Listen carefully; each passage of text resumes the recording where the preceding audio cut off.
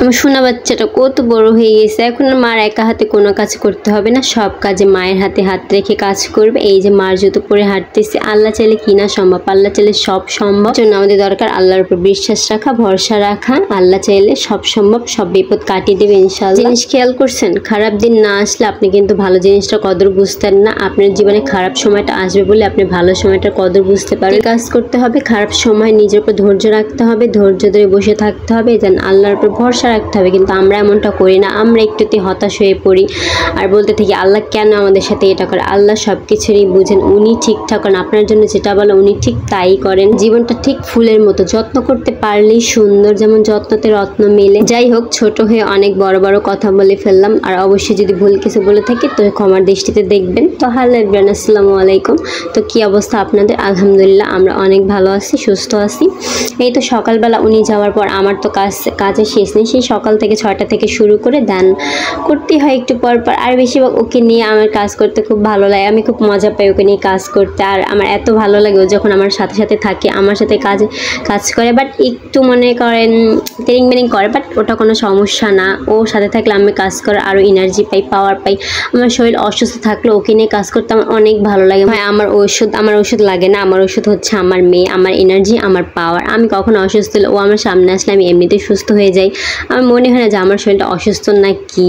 যাই হোক, অনেক কথা বলে ফেললাম। তো এখন অনেক কথা বলতে বলতে কাজও মোটামুটি সেরে ফেলতেছি। আর আজকে আমার রুমের এই অবস্থা, কারণ বাইরে যেহেতু বৃষ্টি, যার জন্য বারান্দায় কাপড় চোপড় শুকানো যাইতেছে না, এই জন্য আমার রুমের মধ্যে কাপড় শুকানো। তো এটা আপনারা ইগনোর করবেন। আর ছোট বাচ্চাদের রুম একটু এলোমেলো থাকি, আর এই যে ও এলোমেলো করে, ও একদিকে এলোমেলো করে, অন্যদিকে আমি গুছিয়ে থাকি, তারপরও হয় না। ও যেহেতু ছোট মানুষ বুঝে না, এই জন্য এটা ওখানে ওটা সেখানে এইভাবে করে রাখতে থাকে। তো আমার এগুলো গুছিয়ে গুছিয়ে রাখতে হবে। কিন্তু আমার মেয়ে একটু এলোমেলো করলে ওকে যদি বলি মা এটা ওখানে রেখে আসো, ও কিন্তু আমার কথা শুনে ও কাজ কাম করে। দেখেন না কি করতেছে, আমার জুতো পরে হাঁটতেছে, আমি এত বলতেছি আমার জুতোটা দিয়ে যাও।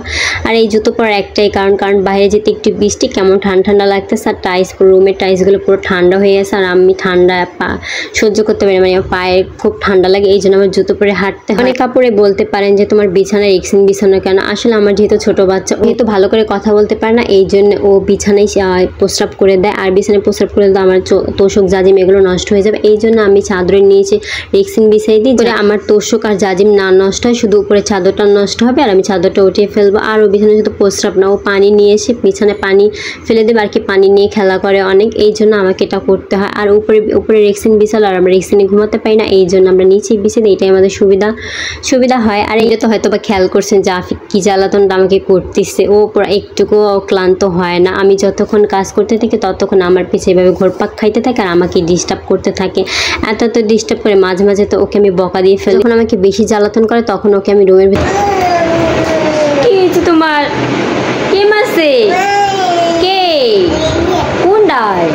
কি মারছে তোমার? কার এত বড় সাহস তোমার মারছে? আসো লাভ দাও। ওই আমার সোনা বাচ্চাটা পুরো মায়া লাগালে কিভাবে বলতেছে ওকে নাকি মারি, ওকে নাকি আমি নাকি মারছি, আর আমি মারছি আমাকে বিচার দেবে। মাঝে মাঝে ওর বাবা যখন রুমের ভিতরে ঢোকে, যখন কাজ থেকে চলে আসে, তখন বলে বাবা মারে। দেখছেন আল্লাহ চাইলে কি না সম্ভব, মরা গাছও আল্লাহ চাইলে ফুল ফুটিয়ে দেয়। এ আমার বারান্দার মধ্যে যেখান দিয়ে পানিটা যায় ওখান দিয়ে কি একটা গাছ হয়েছে, আমি নিজেও জানি এটা কী গাছ।